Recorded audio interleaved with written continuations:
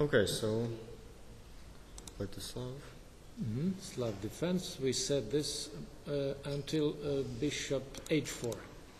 Yeah, I was The most expecting. aggressive way. Otherwise, Yeah. bishop takes f6, queen f6. I was So-called expecting Moscow the- variation. Of, Yeah, I was expecting the Moran with e3, but okay. This I thought was also possible.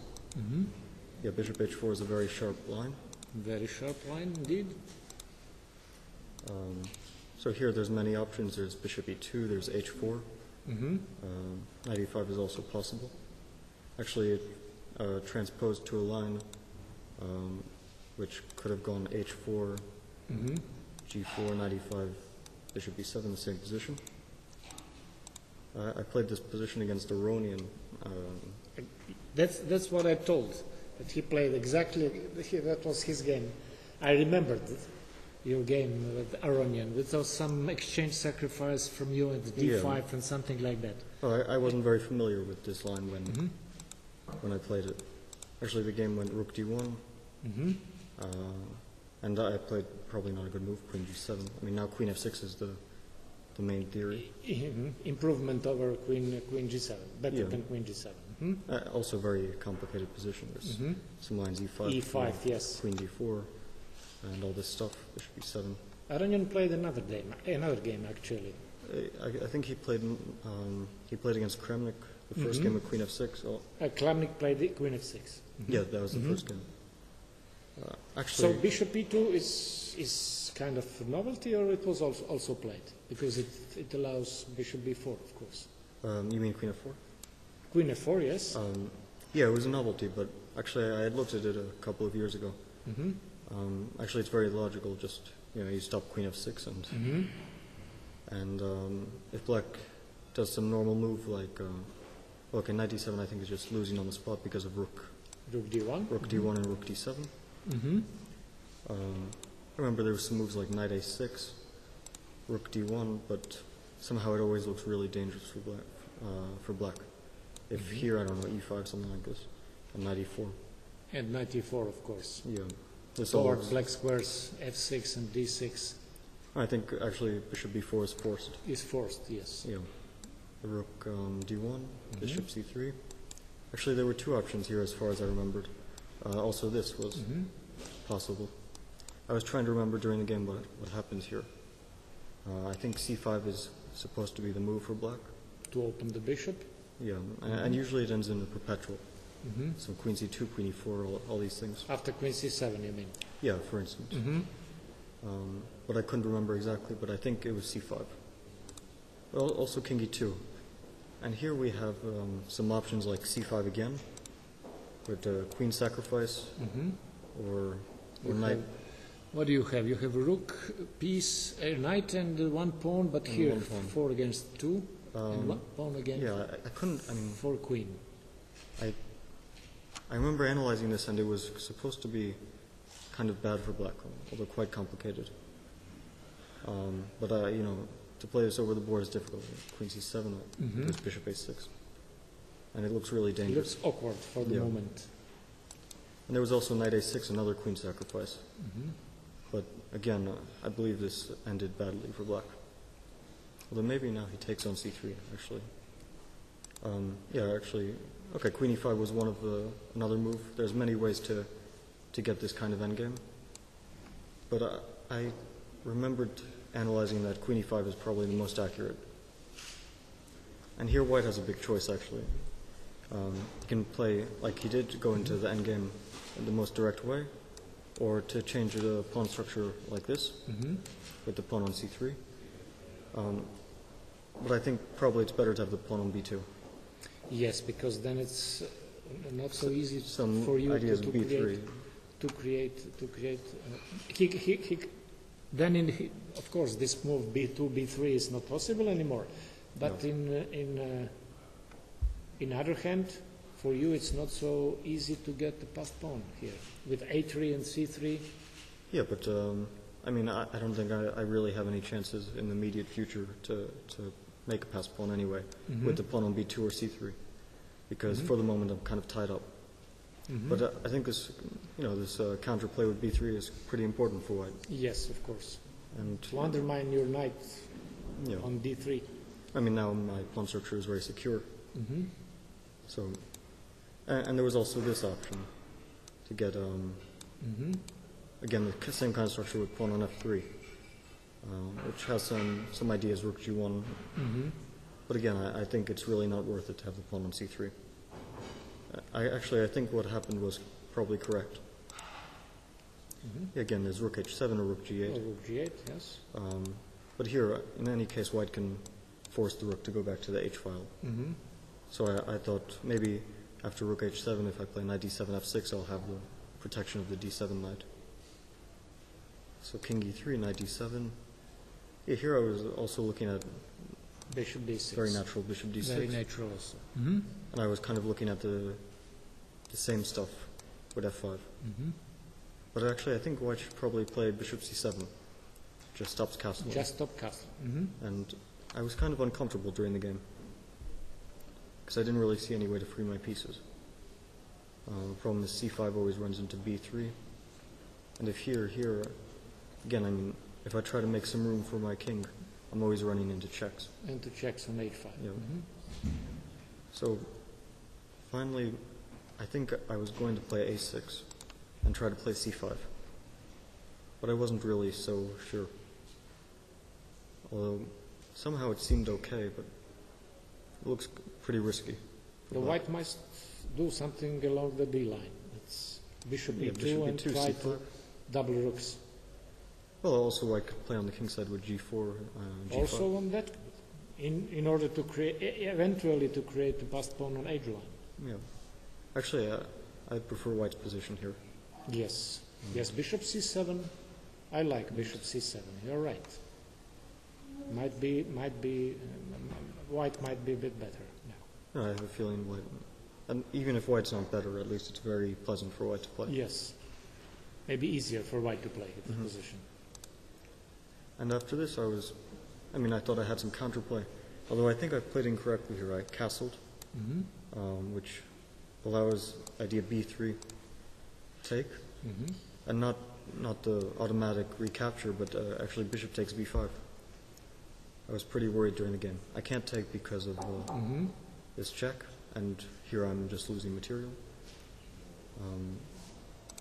So I probably have to do something like knight b6, rook takes d8, king d8. I was looking at a line like this, and white regains the pawn, and my pawn structure is really, really bad now. You are still pawn ahead, but now your structure is, Even worse. yes, not so good, and he has two bishops. Your rook on h7 is out of play. Yeah. Well, I was thinking about something like Yes, must. like this must during do the game, Mm-hmm. but it seems very uncomfortable because at some point it seems like I'm going to lose one of these pawns. Even what is bishop b8? Bishop b8. Yeah, maybe just bishop b8. Just to take a pawn back. No, it's probably not good. So actually, I think castling was a blunder. I actually missed this idea. Aha, you think your castle was a blunder. Yeah. What alternative? No, I think I should play f5 first. Immediately f5. And Mhm. probably white has nothing better than this, and Yes, of I think we course. transpose. Aha, then you transpose to the game. Maybe there's rook d6 now, but here I think king e7. Yes, of course. This is It's, bishop e2 is possible. yeah, probably I have knight f6, or wait, no, here e5 I should have. Yeah, double. Aha, then you are threatening already. Well, yeah, I'm never sure about these exchange sacrifices, but he has a lot of pawns, kingside pawns. But okay, I have a feeling something should be here Aha. because it just looks very shaky for him. A knight f6 maybe. Yeah, f5, or if for some reason f5 isn't working, then I could do this, a6, and castle. Although I didn't really want to go for this during the game because I was worried about rook d6 Mm-hmm. and rook d1. Yes. Again, I feel kind of tied up. Mm-hmm. But, well, maybe it's also not so bad. C5, rook h8. But I think f5 is probably the correct move. I should just try to get counterplay fast. Mm-hmm. So castle, so I think bishop e2. So is- b3 instead of yeah. bishop e2 was the right move, okay? Yeah, I think it's just a big advantage Mhm. for white. Bishop e2 is a mistake, and f5. And, well, I was pretty satisfied with my position because, I have, at some point, if I take his e4 pawn, then I have this d5 square. And I have c5 ideas, my pieces are very active. But of course, it's not so easy because he always has this g3 bishop. If I take, he has bishop g4, and my king is always kind of exposed. So what was... He played rook d6. Rook d6 was played? Yeah, I think it's a correct move. And here I was looking at a few moves. First I was looking at rook e7, just protecting the pawn. But then I think that he probably plays f3. And I didn't see any counterplay for me. Can he play h5? Well, h5 I think I probably have rook g8.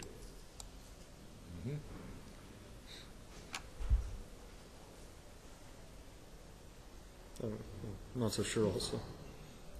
Also looks dangerous. Moment. If I play now e takes f5 and king d2?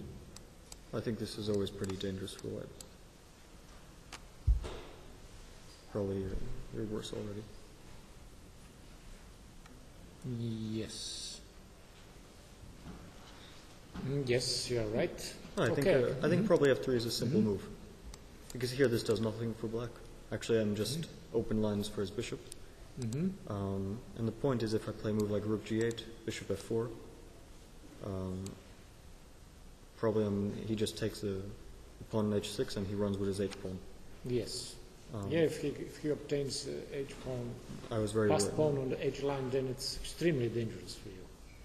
So after f3, I think he just plays h5, rook d1, whatever he wants.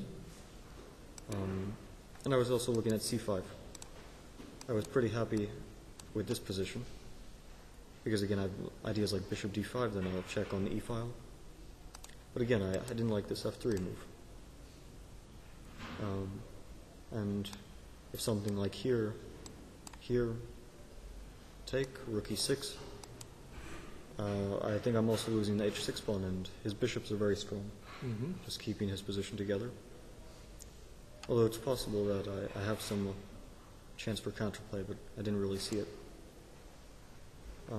I took on e4, and actually it took a lot of calculation to play this, because it looks very risky at first sight. Because of... opening this diagonal. Yes, opening this diagonal. Bishop g4, rook hd1, or rook hd1, bishop g4, in which order?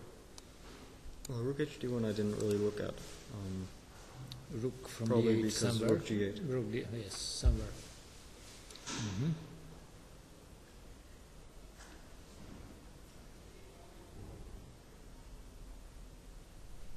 What is this comparing to the game when I take now? Knight c5. Against knight c5, and you come on d3 again. But okay, let me see, rook c5, rook e5, sorry. Knight d3, rook e4, right? Rook e4, yes. Yeah. You can take on b2, or not. No, bishop probably g4 not. is a threat. Bishop g4 is a threat, but then you take bishop. No, but rook e8 is made if I take on b2. Aha, then of course, knight b2, rook g4, bishop g4, rook e8 mate. We can show that. Yeah. Knight b2. That's nice. Yeah, it's Nice. just mate. This is mate. Yeah, so maybe it's just bad for black here. So rook d1. Now yes, this looked also quite logical, because this pawn e6 is not going anywhere. Maybe rook e8, I don't know. I tried rook e8. Rook e8. Here Actually, analysis. probably bishop h5 is good. Okay, and then rook e on e7. But then bishop g4 back. Then bishop g4 back. Yeah, I'm kind of losing here. Okay, what? Aha, yes, then now it's rook d8 mate threatening. Of course. Rook d1. So what you intended after rook hd1? I think I had intended rook g8. But Rook g8. maybe this is the correct way. Maybe c5. Or maybe knight b6. Okay, let's say c5 and my idea is knight b6, knight d5. If I can get it. But what now after b3? You threat something? What is after b3 now? I have again this bishop b5 intermediate move, maybe. Knight b6, rook e5 is strong, most likely. Yes. Yeah, it actually looks very shaky for black now. Because this rook hd1 looked so natural move. I mean, it's really strange that he didn't do it. I didn't consider it so much. Oh, you didn't consider it even? No, I looked at it a little bit, but I was mainly occupied on bishop g4 and rook e6. Yeah, I mean, this must be critical, this knight c5, rook e5, knight d3, but my king is too weak here. Now how we are equal number of pawns? Maybe I can try c5. Yes. Yes, you can. Let's say rook g4. And then you give me Rook a check. g4, rook Of course, e7. then you give me a check. No, yes, I must stay on the. I must stay. Well, you can play bishop g4. I can play bishop g4. Yes, but then can you play king d8? Actually, I was trying to take, but maybe king d8. What happens after king d8? Maybe it's pretty good for black, because you're losing material. Yes. Yeah, so maybe c5 is actually... Maybe c5 is the right move here. I mean, if rook e6, then Bishop d5. bishop d5. Then. Okay, I must play something like rook d6. Well, rook If you e6. check me, I go to d2. Yeah, but at the very least I have this. Okay, I can take on d3 and it's drawish. Yeah. Actually, It looks drawish now. I was thinking about this, in fact, for white. Yes, this is also possible. Although, but after c4, if you take, I have rook. Yeah, I mean, here black Also should be drawish. fine. Well, maybe white's in danger. Yes. No, most likely it's a draw. Yeah, so perhaps black is surviving here. Rook d1, rook g8. But okay, it's very sharp, you know, just on one tactic. So I was also looking at bishop g4. I was actually pretty worried here. It's a totally forced variation, knight c5, rook d1, rook d6. First I was looking at bishop takes d6. But here, I mean, here knight d3, take king d8, I thought I'm pretty much fine. I have c5, knight on d3 is extremely strong. But then I noticed that he can take with the rook. Can take with the rook. Yes, looks. And it's a difficult position for me. Because now, when your knight comes on d3, rook is active. He just not wins, passive. bishop d6. Yes, of course. So you can play knight d3. I mean, actually, I don't know what I can do.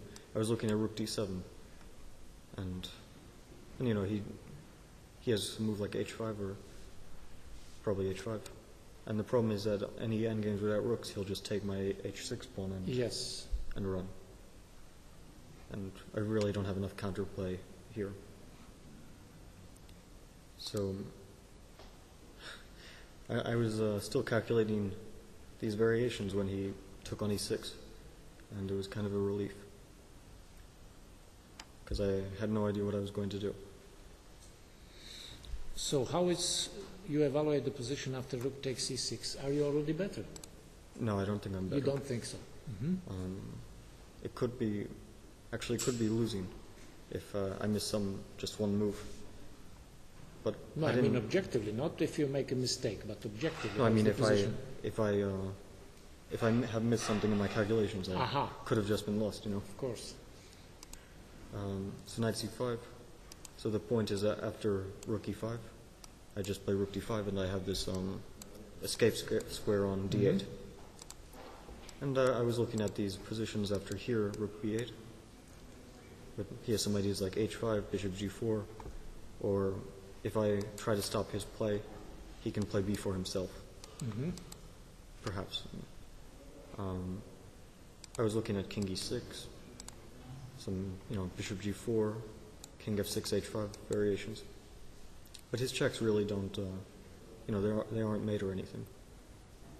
Even though some of my pieces are stuck, I thought I was pretty much okay. If bishop h4, I have like g7 square, for instance, if here. So, okay, it was very hard to calculate all this because... Yeah, but now you are defending your h6 pawn. Well, now it looks good. Yes, it looks good for you now. So he put rook g6, and I think I should play h5. Actually, I don't see much of an alternative. I was thinking also about rook d5, but it looked really risky if he plays just h5 or something. Fix. Bishop g4. Yeah, bishop. just fixes h6.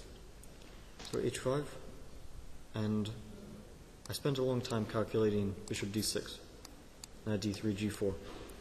Aha, to create h pawn. Yeah, not only that, but also to have bishop g4 Bishop after he g4, takes. yes, of course. And so I should play here, kind of only move. Bishop g3, and it's a very complicated position. If I take, he has something like here, h6, bishop g4, and really I have no checks against his king, and my bishop looks kind of dead. So I think I have to play knight b4. The idea knight d5. Knight d5 check. Take knight d5. I spent a lot of time calculating this stuff after king d2. Actually, it's more dangerous for black than it looks. Although finally, I decided probably to do this, to take on e2. If I take on g6 at any moment, he's just going to kill me with his pawns. Yes, these pawns are too strong. So I take, and here c5. And rook d2, I'm getting, at least I felt that I should have enough for perpetual somewhere. Rook e1, rook d2, Rook king e1 f1. only moved, yes, probably. And yeah, I'm not exactly sure, but probably even just taking and somehow my c pawn should be enough, or rook d2. Yes, you have bishop e4 just to stop h pawn in one moment. His king is weak. Oh, it's okay. So h5, rook g5, rook d5. Yeah, I was kind of surprised by rook d1. I was expecting actually him to take and to play bishop e5. And my pawns are, well, I mean, I have a lot of far advanced pawns, but they're kind There's of... a nice blockade on dark squares. I mean, he has this bishop on d4, so... Yes, and again this idea with g4, and to create a passed pawn on h line. Yeah. So I was looking at king c7, g4, take, and something simple like king d6, and maybe knight e5. And I felt like I was okay, because the problem for him is that if he tries to get active, I have this counterplay against his king also. Against his king also, yes. Which, well, I mean, it's not so clear. Also, maybe I can go to h6 or something. But I felt that with my knight on e5, I should be okay. Although, again, it's kind of dangerous with this h-pawn and strong bishop on d4. And I think white should have gone for this. At least white shouldn't be worse. But his move rook d1 seems kind of strange to me. Because I just put my knight on d3. So yeah, white can never take on e4, of course. Of course. Just checks on e7. Of course. So b3. Trying to undermine your knight. Yeah, it's kind of somehow. normal. But of course, I mean, my pawns are stable. I was looking at c5 also. Take. But I didn't like rook b1. Although I think c3 leads to a draw here. Because rook d5 probably just loses for him. Pretty much.